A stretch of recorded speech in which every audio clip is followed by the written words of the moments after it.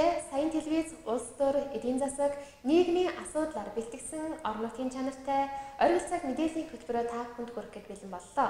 Бид олон нийтийн ашиг сонирхлыг эрхэмлэн олон ургалч үзлийн эндэр байж тэнцвэртэй мэдээллийг хүргэж байх болно. Құрметті көрермендер, Сайын телевизиясы қоғам, саясат, экономика бағытында дайындаған жергілікті жердің іргісі жаңалықтарын сіздерге жеткізуге әзір болды. Одоо та бүхэн оргил цаг мэдээллийн хөтөлбөрийн товч агуулгатай танилцсан уу? Энэ сіздер оргил цаг жаңалықтарымыздың негізгі мазмұнымен таныс болыңыздар. Бүргэдчийн охин киноны нээлт боллоо. Нэмэгдсэн өртгийн албан татварын суглаанд манай аймгийн 2 иргэн 500 мянган төгрөгийн азтан болжээ. Жан сая өрхийн эмнэлэгт нөхөн өрчхүүн насны эмзэн үеийн эмэгтэйчүүдийг үнэгүй үзлэг онцлогоонд хамрууллаа. Орон сууцны зээлийн санхүүжилтийн 25%-ийг орон нутагт олгоно. Эрхэм үзэгчдээ, одоо та бүхэн эдгээр үйл явдлын дэлгэрэнгийг хүлээн авах нь. Эхний мэдээ. Өчигдөр буюу 5 дугаар сарын 1-ний өдөр The Eagle Hunter буюу Бүргэдчин охин киноны нээлт манай аймгийн хөгжимт драмын театрт болж өндөрлөө. 13 наснда Монгол улсын нэрийг дэлхийд таниулсан Бүргэдчин охины анхны баримтат киног ийхүү нутгийн ард иргэд нь үзэж сонирхлоо. Кеше яғни мамыр айының 1 күні The Eagle Hunter немесе Бүркітші қыз деректі фильмнің тұсаукесері аймағымыздағы музыкалық драма театрында болып өтті. 13 жасында мемлекеттіміз мәртебесін дүние жүзіне танытқан Бүркітші қыздың алғашқы деректі киносын аймағымыз жұртшылығы тамашалап қайтты. Өчигдөр буюу 5 дугаар сарын 1-ний өдөр The Eagle Hunter буюу Бүргэдчин охин киноны нээлт манай аймгийн хөгжимт драмын театрт болж өндөрлөө. 13 наснда Монгол улсын нэрийг дэлхийд таниулсан Бүргэдчин охины анхны баримтат киног ийхүү нутгийн ард иргэд нь үзэж сонирхлоо. Уг киног улсын хурлын гишүүн Мурат Албиесоор аймгийн ард иргэдэд үн төлбөргүй үзэх боломжийг нээж өгсөн юм а. Уг баримтат киног 2 жил гаруй хугацааг зарцуулан амжилттай бүтээсэн тухай Айшолпон охин маань ийхүү ярьж байна. Сәлеметсіздер, бүгінгі сәлем жолдаймын. Мен бағана Нұрғайып қыз Айшолпан балам. Қазір онда Зайыт мектепте оның сыныбында оқимын. Бұл кино оғанда 2013-тен 2015 жылы 2 жыл жарым түсірілген. Бұл кинода оғанда менің өмірім күнделікті. Және де әке мен баланың тәрбиесі, және де қазақ салт дәстүрі шығады. Осы деректі фильмді түсіру аясында қандай да бір қиыншылықтар туды ма?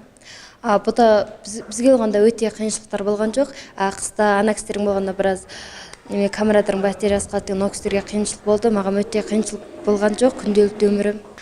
Бұрынғы кезінде болғанда көптеген нәрселер өзгерді. Және де көптеген жерлерге бардым. Киномның ашылтуында істедім. Мысалы Дубай, Америка, Канада, Таиланд, Франция деген жерлерге бардым.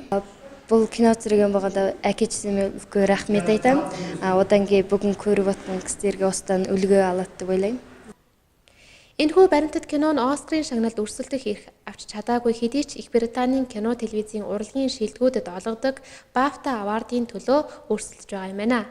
13 настай Айшолпон Нургаев гэдэг эрлэх зоригт охиныг аав нь морьтой бүрэг дээр ан хийхэд сургажээ.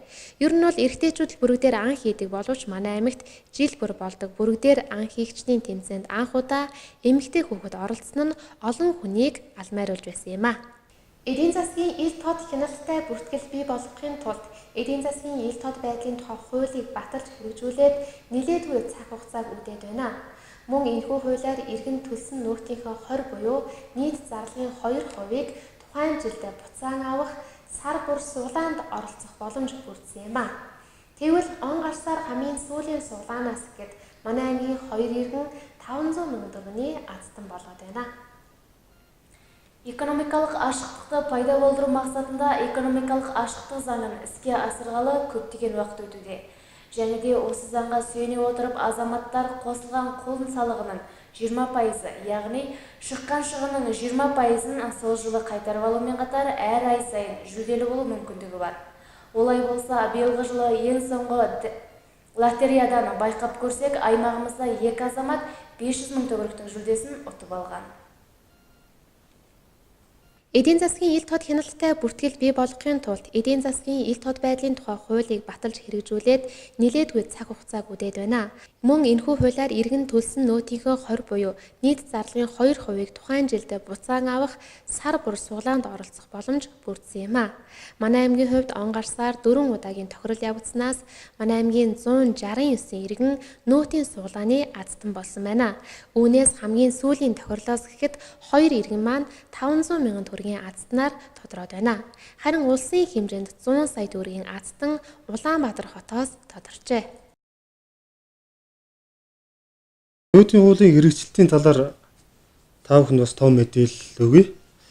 16 оны 12 дугаар сарын 31-ний өдрийн байдлаар бол нийт аж ахуйн нэгж POS машин тавьсан 77 байна. За иргэн нь бол 13 байсан. За эндээс бол 3 дугаар сарын 31-ний өдрийн байдлаар бол POS машин ажиллаж байгаа 85 болоод өөрөөр хэлбэл 8-аар нэмэгдсэн гэсэн үг. Иргэн нь бол саяны 13-аас 3 дугаар сарын 31-ний өдрийн байдлаар бол 5-аар нэмэгдсэн. За энэ хугацаанд бол манай бас аж ахуйн нэгж иргэнүүд бол манай татварын албаны баримт сегмент төр ороод тодорхой хэмжээгээр баримт олгож байгаа бас зөндөө газрууд байгаа. За тэрэнд бол 16 оны 12 дугаар сарын 31-ний өдрийн байдлаар бол баримтаас гаргаж байгаа баримтын тоо бол аж ахуйн нэгжийн тоо бол 475 байснаас 578 өөрөөр хэлбэл 73-аар нэмэгдсэн гэсэн үг. Баримт гаргаж байгаа сэгүүд. Иргэн нь бол 111 байснаас 130 болоод 19-ээр нэмэгдсэн гэсэн үг. Энэ POS машиныг ер нь хаанаас худалдаж авдгийг манай аймагт зардаг юм уу эсвэл Улаанбаатараас авдаг юм уу? Дээрээс нь POS машины үн хэдэн төгрөг вэ? За POS машин бол ер нь манай аймагт бол одоо сахилгааны одоо худалдаа эрхэлж байгаа аж ахуйн нэгж байгууллагууд төр бол байгаа. Гэхдээ тэрэн дээр бол зөвхөн принтер нь байгаа. Яг бүхэл одоо коморо бол ер нь ерөнхийдөө бол Улаанбаатар хотоос одоо худалдаж авч байгаа. За үнийн хувьд бол янз бүр байгаа.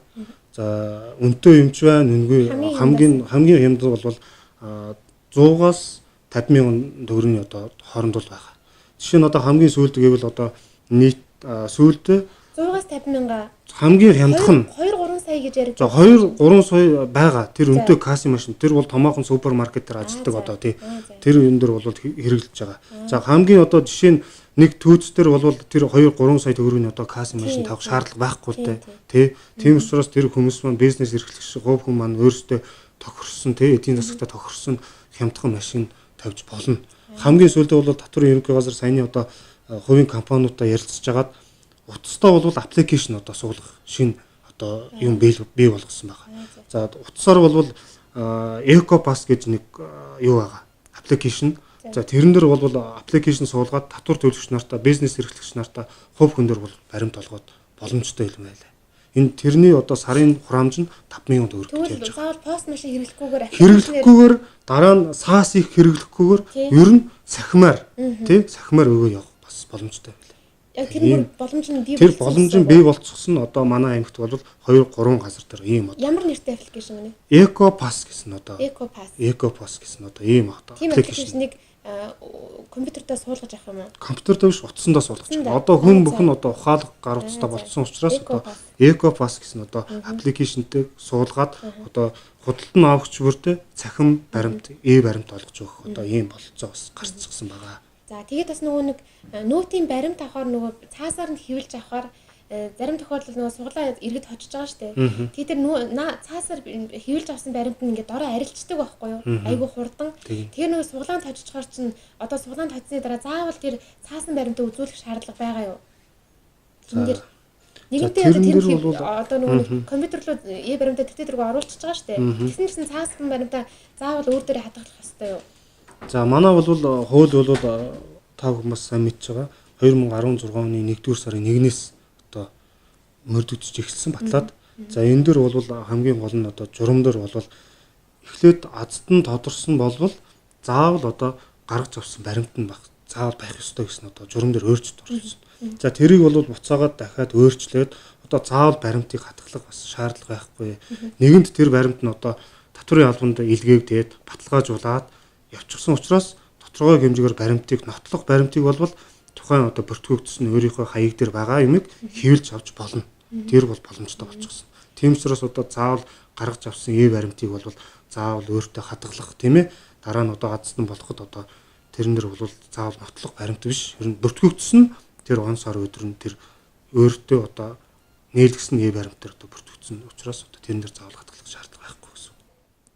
Танд сануулхад авсан баримт бүр үнийн дүнгээс үл хамааран суглаанд оролцох боломжтой бөгөөд баримт дээр байгаа 2 үсэгтэй ардаа 8 оронтой тоо бол суглааны дугаар юм а. 8 тоо бүгдээрээ таарсан нэг хүн супер азтнаар шалгарч 100 сая төгрөг эзэн болно.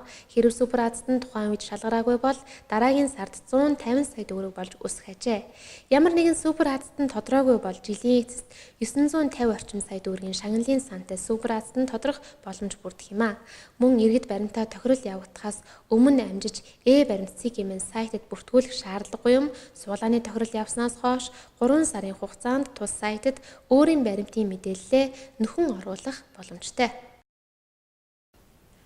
Өнөөдөр аймгийн эрүүл мэндийн газраас зохион явуулж байгаа чанарын цом аяны хүрээнд Жан сая өрхийн эмнэлгийн өөрийн харьяаллын 4, 5, 11 дэх багийн нөхөн үржихүүн насны эмзэг бүлийн эмэгтэйчүүдийн эрүүл мэндийг дэмжицгээ сэдэвт нээлттэй хаалганы удирдлагыг зохиож удирдлагын хүрээнд тус эмэгтэйчүүдэд үн төлбөргүй үзлэг хийж үйлчилсэн юм а. Бүгін аймағымыздағы денсаулық сақтау орнынан ұйымдастырып отырған сапалық сом жорық аясында Жан сая ауылжай ауруханасы өз иелігіндегі 4, 5 және 11 бақ азаматтарына ұрпақты болу жасындағы әйел адамдардың денсаулығын қолдай қатты ашық іс күндігін аясында арналған тегін көрсету жасады. Өнөөдөр аймгийн эрүүл мэндийн газраас зохион явуулж байгаа чанарын цом аяны хүрээнд Жан сая өрхийн эмнэлэг өөрийн харьяаллын 4, 5, 11 дэх багийн нөхөн өрчүүн насны эмзэг бүлийн эмэгтэйчүүдийн эрүүл мэндийг дэмжицгээ сэдэвт нээлттэй хаалганы удирдлагыг зохиож удирдлагын хүрээнд тус эмэгтэйчүүдэд үн төлбөргүй үзлэг хийж үйлчиллээ.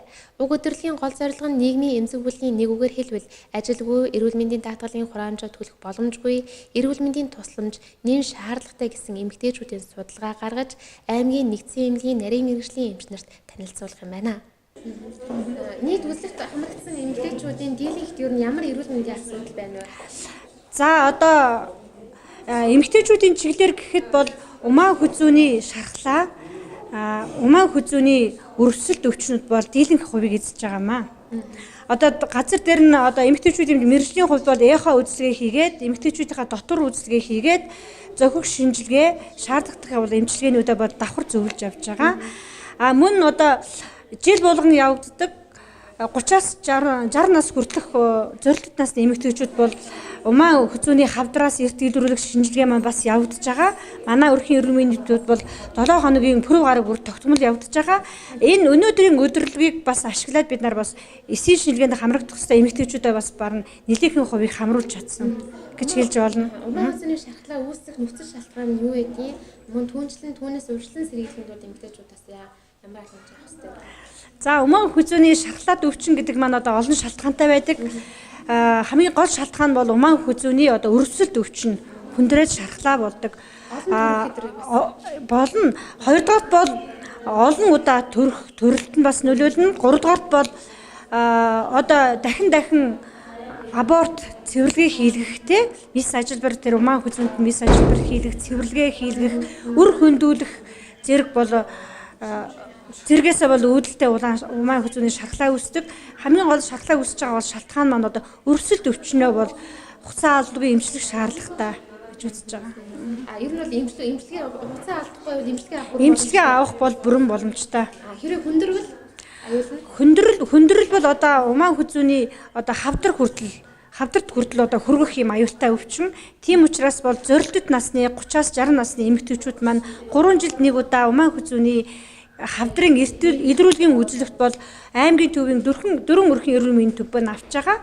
Өөр өөрсний харьяа өрхийн эрүүл мэндийн төвд хандаад тэр шинжилгээндээ хуцаа алгүй эрт оншилсноор умаа хүзүүний хавдрын одоо өвчнөөс урьдчилан сэргийлж чадна.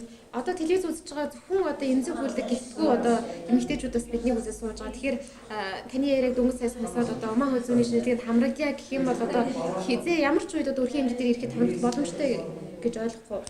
За хамралт маань одоо бүх өрхийн эрүүл мэндийн төвд маань тодорхой 7 хоногийн нэг өдрийг бол тэр эсийн шинжилгээнд авах үйл ажиллагаанд зарцуулдаг.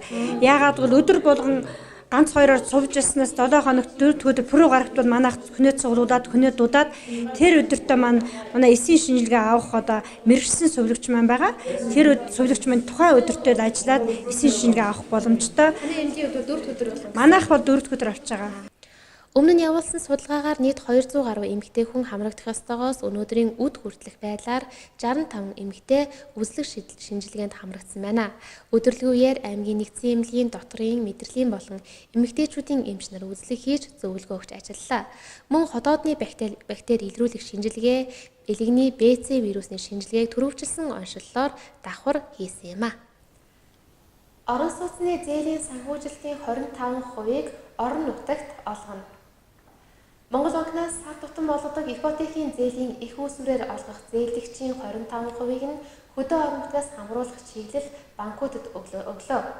Ингэснээр банкнаас зээлийн шийдвэр нь гарсан ч ипотекийн зээлийн санхүүжилт хүлээж байсан иргэдийн асуудал шийдэгдэн хэмээн үзэж байна. Үүний зэрэгцээ цаашид зээлийн хүртээмж орон нутагт нэмэгдэх бололцоотой болж байгаа таатай мэдээллийг Монгол банкнаас мэдээлж байна. Батэрийн нээсийн қаржысының 25% жергілікті жерлерге таратпақ. Моңғол банкіден әр ай сайын таратқан ипотекалық несие алушылардың 25%-ын аймақ қырсымындардан қамтуын банкілерге тапсырды. Осылай болғанда несие шешімі шықса да ипотекалық қаржы тосып отырған азаматтардың ісі шешіледі деп көруде. Сонымен қатар кейін қырсымындарға жергілікті несие таратылатыны жайында жағымды жаңалық бар. Эрхэм үзэгчдээ одоо та бүхэн цаг агарын өргөжлөн сэргийлэх сэрэмжлүүлэг мэдээг онцгой байдлын газраас ирүүлсэнийг одоо та бүхэнд хүргье. За 2017 оны 5 дугаар сарын 2-3-ны өдрүүдэд нийт нутгаар хур тундас орж салхи 18-аас 20 м/сек хүртэл хүрч цасан болон шорон шуурга шуурч эрс хүйтрэх төлөвтэй байна. Иймд цасан шуурганы үеэр зам даваа хаагдах магадлалтай тул холын замд гарахгүй байх, гарсан тохиолдолд мэргэжлийн байгууллагуудаас заавар зөвлөгөө авч дулаан хувцаслаж машин техникийн бүрэн бүтэн байдлыг сайтар хангаж шатах тослох материалын нөөцтэй явах, шуурганд төөрөх, малчид малтайгаа уруудах, бага насны хүүхдийг малд явуулахгүй байх, хүчтэй салхи шуурганы үед эд хөрөнгө, гэр байшин сав эвдрэхээс болон гарч болох бусад эрсдлүүдээс урьдчилан сэргийлэхийг аймгийн онцгой байдлын газраас анхааруулan сэрэмжлүүлж байна. Ингээд эрхэм үзэгчдээ бидний бэлтгэсэн өнөөдрийн мэдээлэл энэ хүрээд өндөрлөж байна. Анхаарлаа хандуулсан та бүхэнд баярлалаа. Хөтөлбөрийн төгсгөл маргааш өдрийнхөө өрний зурхайг хүлээн авч үзсэн үү.